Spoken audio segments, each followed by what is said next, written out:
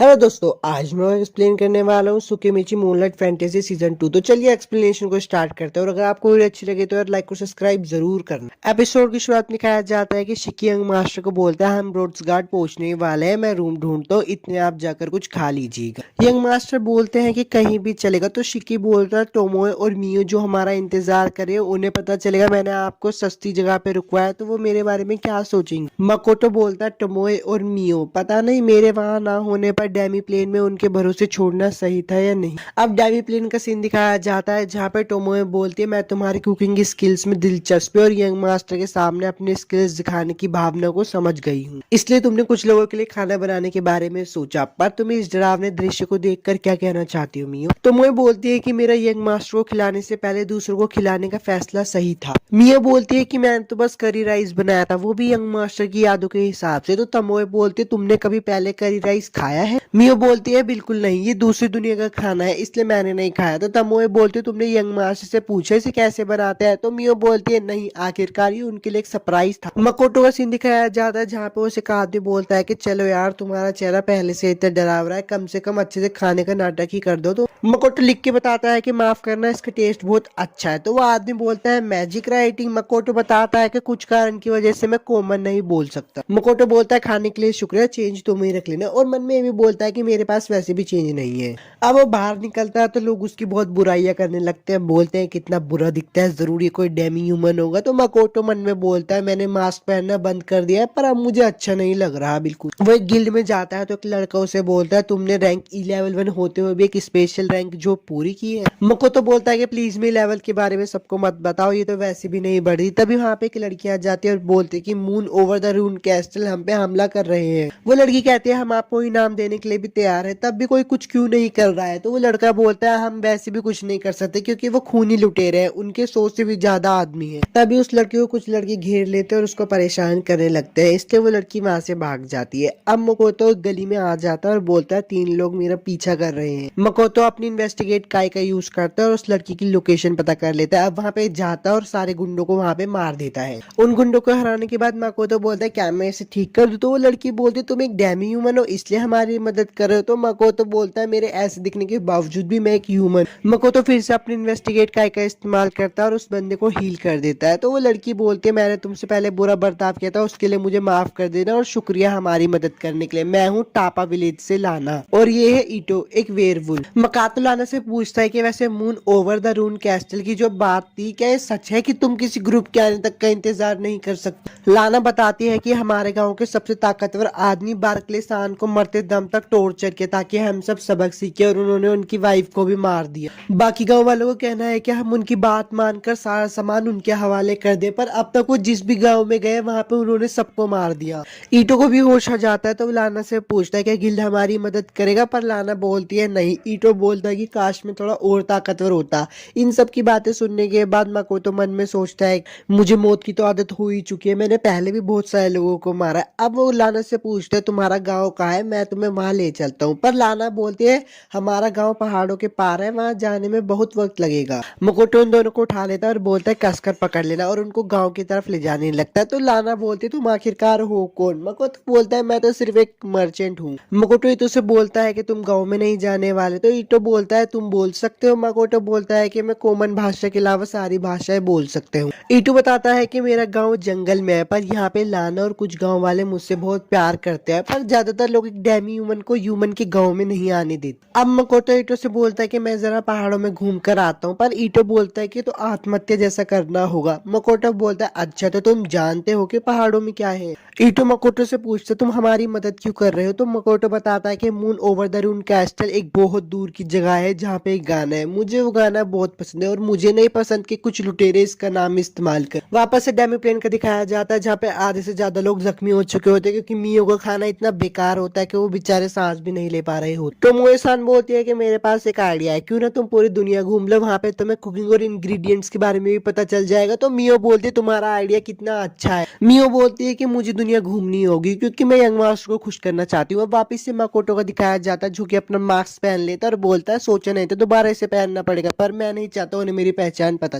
मकोटो उन सारे के सारे चोरों को मार देता है तो उनका लीडर बोलता है मुझे मत मारो प्लीज। तो मकोटो बोलता है मैं तुम्हें मारूंगा नहीं, पर एक बात कहता हूँ आगे से कभी भी मून ओवर द रून कैसल का नाम मत लेना। गांव के लोग आकर देखते हैं कि वो चोर वहां पे आधे मरे पड़े होते तो वो बोलते क्या हम बच गए? यस हम बच गए। लाना ईटो से पूछते किसने किया। ईटो बता देता है कि सब माकोटो सान ने किया है। इसलिए लाना बोलती है हमारी प्रार्थना बेकार नहीं गई। अब शिकी का दिखाया जाता है जो कि माकोटो से पूछता है यंग मास्टर आप पूरे दिन कहाँ थे? तो माकोटो बोलता है मैं बाहर था। क्या तुम्हें रहने की जगह मिल गई? तो शिकी बोलता है हाँ मुझे रहने की जगह मिल गई, आखिरकार मैं आपको अच्छी जगह ले जा सकता हूँ। माकोटो बोलता है कि इस दुनिया में कहीं पर हीरोज है, पता नहीं मैं उनसे कब मिलूंगा। तो यार एपिसोड 1 तो खत्म हो गया। अगर आपको वीडियो अच्छी लगी तो लाइक और सब्सक्राइब जरूर करना और मुझे भी बताना कि मैं नेक्स्ट टाइम में आपके लिए कौन से एक्सप्लेन करूँ। तब तक के लिए हेलो, आज मैं आपको एक्सप्लेन करने वाला हूँ सुकीमिची मूनलाइट एपिसोड 2। तो चलिए एक्सप्लेनेशन को स्टार्ट करते हैं और अगर आपको वीडियो अच्छी लगे तो लाइक और सब्सक्राइब जरूर करना। एपिसोड शॉट में दिखाया जाता है कि ओतोनाशी सेनपाई मिसुमी को बोलती है माफ करना पर जो डॉक्यूमेंट हमने स्टूडेंट काउंसिल मीटिंग में दिए थे वो गलत तारीख के है, क्या तुम इन्हें बदल दोगे? तो मिसुमी बोलता है ठीक है मैं कर दूंगा और वहां से जाने लगता है। ओतोनाशी से देखकर बोलती है मैंने सुना है कि एक हीरो है जो आर्चरी क्लब में आ गया है पर मुझे हीरो जैसा नहीं लगता।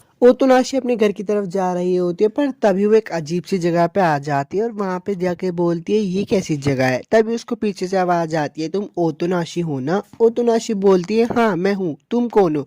वो बोलती है कि मैं दूसरी दुनिया की भगवान हूँ, जिस दुनिया की मैं रक्षा करती हूँ वो अभी डीमन से खतरे में है, हमें तुम्हारी मदद की जरूरत है, हम तुम्हें एक हीरो के तौर पर अपनी दुनिया में भेज रहे हैं। पर वो लड़की बोलती है कि किसी और को ढूंढ लो, मेरे थोड़े बहुत दोस्त है और मेरी जिंदगी बहुत मस्त चल रही है। वो भगवान बोलती है क्या तुम उन नाम दोस्तों के साथ रहना चाहती हो जिनके साथ तुम अपनी फीलिंग भी शेयर नहीं कर सकती? ओतोनाशी बोलती है तुम कहना क्या चाहती हो? वो भगवान बोलते हैं वो तुम्हारी दुनिया तुम्हें बांध कर रखे हुए है, क्या तुम एक चुनौती भरी जिंदगी नहीं चाहती जहाँ खतरनाक दुश्मन हो? वो भगवान बोलती है फैसला हो गया, मैं तुम्हें बहुत ज्यादा ताकत दूंगी और तुम हीरो बनकर धरती पे अच्छे काम करोगी। अब सीन चेंज होता है और एक राज्य का सीन दिखाया जाता है जिसमें राजा बोलते हैं कि हमारी प्रार्थना स्वीकार हो गई। तो उसका सैनिक बोलता है हाँ हो गई, हमने हीरोज को ढूंढ लिया है जो डीमंस को खत्म करेंगे। राजा बोलता है सही है, मुझे खुशी हुई, मुझे लगा गॉडेस ने हमारा साथ छोड़ दिया। अब भगवान ओतोनाशी को धरती पे भेज देते हैं और लोग भी उसे देखकर बहुत हैरान हो जाते हैं और बोलते हैं कि यही हमारे हीरो है। कुछ दिनों बाद का सीन दिखाया जाता है जहाँ पे ओतोनाशी को टीम की जरूरत होती है इसलिए वो टीम को ढूंढ रही होती है। तभी एक लड़की ओतोनाशी को देखकर बोलती है अच्छा तो ये हीरो है, ये तो बिल्कुल पतली और फूल की तरह है,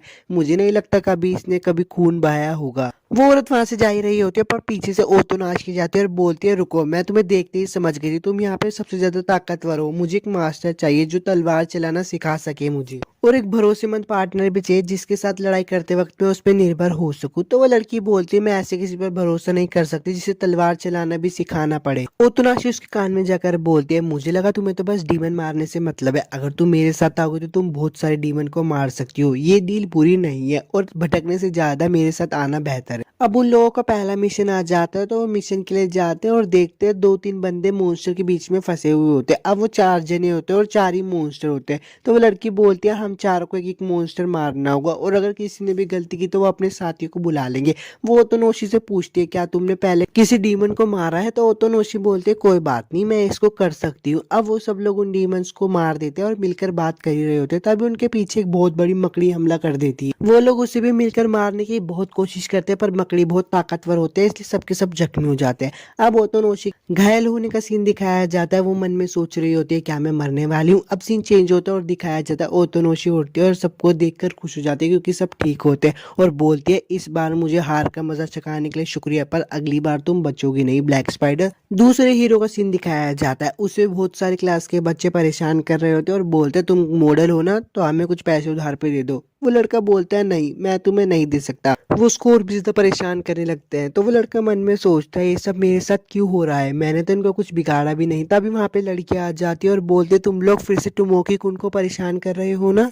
टोमोकी वहां से भाग जाता है और बोलता है मुझे कोई परेशान नहीं कर रहा। अब वो रात को अपने बेड पे लेटा होता है और सोच रहा होता है अब तो गेम्स भी मेरे लिए बेकार हो चुके, काश मैं एक ऐसी दुनिया में होता जहाँ पे मेरे पे जादू ताकत होती। और वो ऐसे सोच के सोने ही जा रहा होता तभी वो देखता है एक सुंदर सी जगह पे वो आ जाता है। उस सुंदर जगह को देखकर वो बोलता है ये कौन सी जगह है, क्या मैं कोई सपना देख रहा हूँ? तभी उसको पीछे से आवाज आती है तुम टोमोकी हो ना? मैं दूसरी दुनिया की गॉडेस हूँ, मैंने तुम्हें यहाँ पे बुलाया है क्योंकि मैं जिस दुनिया की रक्षा करती हूँ वो मॉन्स्टर से भरी हुई है, मैं अकेले उनको नहीं रोक सकती, प्लीज मेरी मदद कीजिए। मैं आपको बहुत सारी ताकत भी दूंगी और आपके साथ एक साथी भी भेजूंगी जो आपकी मदद करेगा। तो मोकी उससे पूछता है कि इस तरीके की ताकत दोगी तुम मुझे। तो वो भगवान बोलते हैं वो शरीर दूंगी तुम्हें जो डीमन से लड़ सके, और मैजिक ऐसे दूंगी जो डीमन को हरा सके, और मैं तुम्हें एक स्पेशल स्किल भी दूंगी जो एक आंख होगी जिससे तुम दूसरों का चार्म कर सको, और तुम्हें एक ऐसे जूते भी दूंगी जिससे तुम उड़ पाओगे और जल्दी थकोगे भी नहीं। तो मोकी ये सब चीजें सुन के बहुत खुश हो जाता है और बोलता है मैं वहां पे जाना चाहता हूँ। वो दूसरी भगवान उसको वहां पर भेज देती है। वो भी एक महल में आ जाता है। उसके पास एक लड़की आकर पूछती है क्या तुम एक हीरो हो? तो वो बोलता है हाँ मैं एक हीरो हूँ। वो लड़की अपना परिचय देती है और बताती है कि मेरा नाम है लिली, मैं हूँ सेकंड ग्रिटोनिया की प्रिंसेस। तो मोकी भी उसको अपने बारे में बताता है। लिली उसको बोलती है हम यहाँ पे बात नहीं कर सकते, क्या आप मेरे साथ आएंगे? अब सीन चेंज हो जाता है और शाम का सीन दिखाया जाता है जिसमें तो मोकी बोलता है मैं थक गया हूँ। तो लिली उसे बोलती है मैं बाद में नौकरों को बोल दूंगी, वो आपको महल को दिखा देंगे। रात का सीन दिखाया जाता है। लिली अपने साथ एक अल्केमिस्ट को लेके आती है। तो टोमोकी उससे पूछता है ये कौन है? लिली बताती है एक अल्केमिस्ट, इसका नाम है यूकी और ये आपसे बात करना चाहती है। यूकी टोमोकी के पास जाते हैं और बोलते हैं मैं एक फोर्स प्लेयर हूँ, मैं ज्यादातर गोलम्स और उन्हें काबू करने में माहिर हूँ। टोमोकी खुश हो जाता है और उससे पूछता है तुम किस तरीके के गोलम बनाती हो, पर उसकी आंखों का असर यूकी पर होने लगता है। लिली उसको चिल्लाकर बोलती है और उसका सारा असर खत्म कर देती है। यूकी बोलती है टोमोए से हम कुछ दिनों बाद बात करेंगे। अब कुछ दिनों का सीन दिखाया जाता है। टोमोए महल में घूम रहा होता है, उसे एक ड्रैगन दिखता है तो वो भी उसकी तरफ भागने लगता है। वो कहता है ये ड्रैगन किसका है? वो लड़की कहती है तुम कौन हो? टोमोए से बोलता है मैं हूँ एक धी। वो लड़की भी अपने बारे में बताती है। वो कहती है मेरा नाम है मोरा और मैं एक ड्रैगन स्लेयर हूँ, मुझे मेरे चेहरे से जज मत करना ठीक। वो मोरा से बात कर ही रहा होता है। अब रात का सीन दिखाया जाता है। तो मोकी लिली से पूछता है जब तुम मुझसे पहली बार मिली थी तुमने मेरे को देखकर क्या सोचा था? लिली उसको बोलती है मैं पहली नजर में ही समझ गई थी कि आप ही हमारा भला कर सकते हैं। एपिसोड 2 तो खत्म हो गया। अगर आपको वीडियो अच्छी लगी तो लाइक और सब्सक्राइब जरूर कर लें और मुझे बताना कि मैं नेक्स्ट एनीमे आपके लिए कौन सी एक्सप्लेन करूँ। तब तक के लिए चलता हूँ यार, बाय।